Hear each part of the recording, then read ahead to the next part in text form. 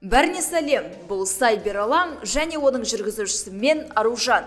Киберспорт әлемінде болған соңғы жаңалықтарға шолу жасайық.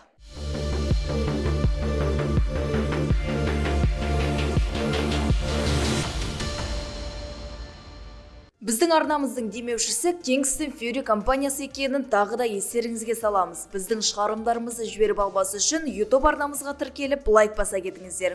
OneXBet Қазақстан Республикасының Кубогы турнирінің лан финалының жеңімпаздарын шын жүректен құттықтаймыз.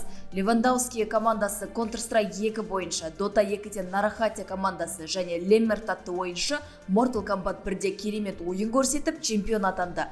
Бұл жеңіс олардың жаңа биіктерге сапарының бастамасы болсын.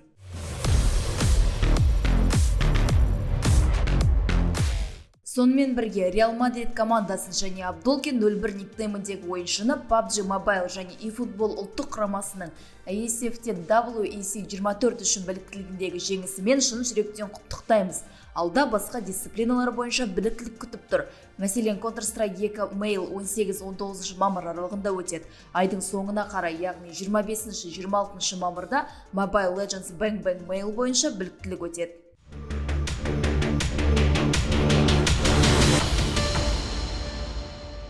Сонымен Pinger Pro платформасы Қазақстанның үздік стримерлерін жаңартты. Рейтингінің королі Ватсон бірінші орынға қайта оралды. Бір ай болды, маған лидербордтағы бірінші орынға бәрібір. Мен жай ғана көңіл көтеру үшін ойнаймын дейді ойыншы ладерге деген көзқарас туралы. Ватсонға қызық болмаса да, бұл басқа ойыншыларды одан әрі қызықтырып жатыр. Сәуір айында Әлімжан элитлік ірі киберспорт іс-шарасында өнер көрсетіп, контент-мейкерлерге арналған Streams Battle 6 атты турнирге қатысты. Онда өзінің отандасы Баха және Кастер НС-пен бірге төменгі орындалды. Бірақ соған қарамастан Ватсонның ауыз толтырып айтарлықтай жеңісі бар. Ватсон трансляция саласында үлкен жетістікке жетіп, турнирдегі жақсы нәтижелері мен тұрақты эфирге шығуының арқасында үнемі үздік орынға ие болды. Қызықты факт, осы айда оның бір стримі шамамен 13 сағатқа созылды. Бір қызығы, өткен айда бірінші орынды осы айда медиа кеңістіктен жоғалып кеткен контент-мейкер фанат Манат алған еді.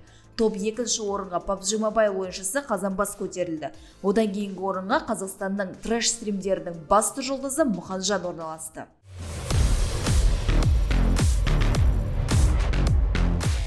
Нави Sword Art жаттықтырушысы Valve студиясында Dota 2-де жаңа патчтың жоқтығынан көңілі қалды. Өйткені кезекті турнир жаңартусыз басталды. Әңгіме 19-шы күні аяқталатын PGL Валахия 2024 бірінші маусымы туралы. Сондай-ақ спортшы матчты лоббиде жаттықтырушы ретінде қарау кезінде қателіктерді айтып шағымданды. Ойында жаңартудың жоқтығына қарамастан команда Dream League 23-ші маусымына дайындалып жатыр. Онда олар Шығыс Европадағы аймақтық біліктілік арқылы слот алды. Бұл турнир 20-26 мамыр аралығында онлайн форматта өтеді.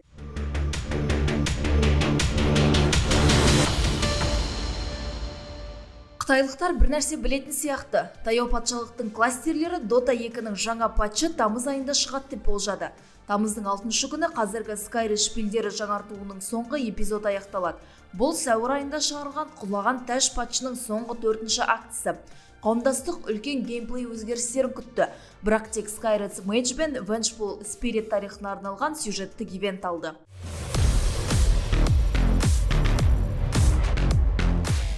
Сізде Team Spirit'тің дәл қазір ең жақсы күйде емес екенін байқаған боларсыз. 14 мамырда Spirit пен Бетбом арасында PGL Валахия 1-ші маусымының ТМД дерби өтті, және күтпеген жерден Team Spirit жеңіске жетті. ESL One Birmingham 2024 топтық кезеңінде Spirit командасы аутсайдер болғандықтан көбі команданың алдағы жеңісінен үміт үзген еді. Ұжымның бір мүшесіне команда табысының құлдырауына қатысты сұрақ қойылды. PGL Валахия 1-ші маусымына берген сұхбатында Мидер Ларл өз ойын бөлісті. Сегитов бұл мәселе патчта емес дейді, өйткені команда өз ойнау қабілетіне сенімді, және оның себебі командалық жұмыс пен ойыншылардың формасында болуы мүмкін. Кейбір комментаторлар Spirit'ке жаңа патч болуы мүмкін деген ойынға көзқарасты қайта қарау қажет деген қорытындыға келді. Бірақ Румыния турнирінде команда плей-оффқа шықты, сондықтан бәрі ойдағыдай болып кетуі мүмкін.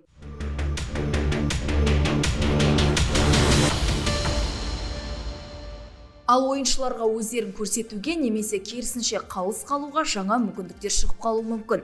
Blast турнирінің операторы Dota 2 әлеміне Blast Slam деп аталатын жаңа турнир сериясын жариялаумен оралды. Бестік биылғы 26 қарашадан бастап 2 жылға жоспарланған. Әзірге жүлде қоры және басқа да ақпарат тек 2024 жылдың жазында белгілі болады. Айта кетейік, Blast CS2, Fortnite, Rocket League және Rainbow Six Siege'дегі жұмысымен танымал Даниядан келген ірі турнир операторы.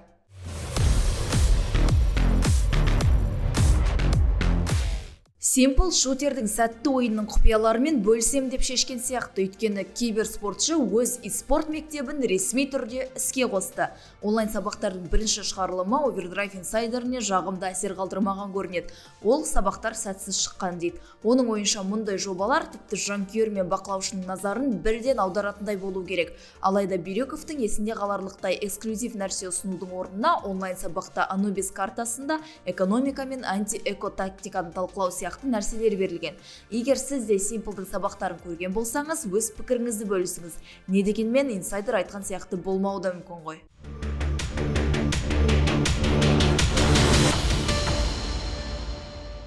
Cybersports.ru порталы электрониктің CS2-дегі конфигурация мен параметрлерін жариялады. Virtus.pro-дағы атақты райфлер ойындағы жетістіктерімен таң қалдыруды жалғастыра береді.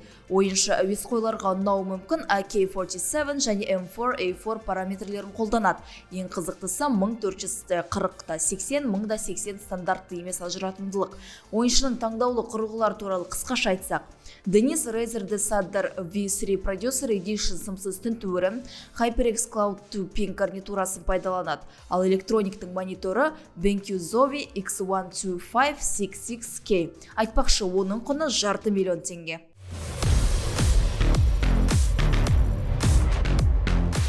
Денис Шариповтың бұрынғы командасы қалай? Бэтбум Team құрамы Бэтбум Dacha CS2 Белград 2024 турнирінде Cloud9-ның орнына ие болды. Осылайша Нафания ұжымы А тобына қосылды. Онда ол өзінің бастапқы матчында Маузбен кездеседі. Ивентті ұйымдастырушылар Cloud9-ды алмастыруға үміткерлерді әлемдік рейтингтегі топ 15 командалардың, сондай-ақ европалық біліктілік финалистер арасында қарастырғанын айтты. Кейбірі өз жоспарларына байланысты шақыртудан бас тартуға мәжбүр болған. Өздеріңіз білетіндей, бұлттардың командасында қазір бәрі тұманды, және онда тек 2 адам ғана қалды.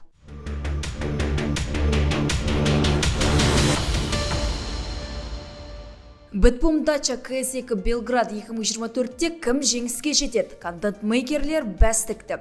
Бұрынғы киберспортшы және Бэтбум стримері Дося Team Spirit мейджордағы сәтсіздіктен кейін жоғары көтерілу керек дейді. Overdrive-та бұл пікірге келіседі. Өйткені команданың жастығы, амбициясы және құрам арқасында табысқа жету мүмкіндігі бар. Бірақ Харуми Аврора командасын турнирдің қара жылқысы деп санап, әлеуетті жеңімпаз ретінде көріп отыр. Ол маппулмен мәселесі бар Virtus.pro сияқты командалардың кемшілігін де атап өтті.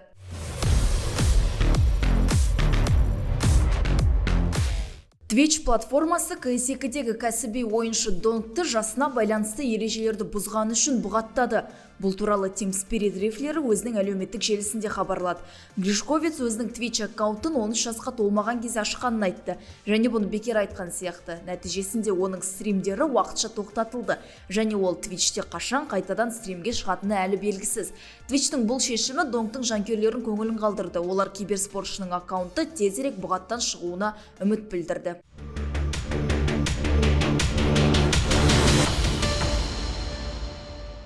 Біз Cyberallan командасы Қазақстандағы киберспортты дамыту және киберспортқа байланысты қазақ тілінде ақпарат тарату мақсатында апта сайын осындай жаңалықтар топтамасын шығарып отырамыз. Біздің шығарылымдарды жіберіп алмас үшін YouTube, Telegram арнамызға және TikTok пен Instagram парақшамызға жазыла кетіңіздер. Сіздермен бірге болған мен Аружан, келесі аптада кездескенше.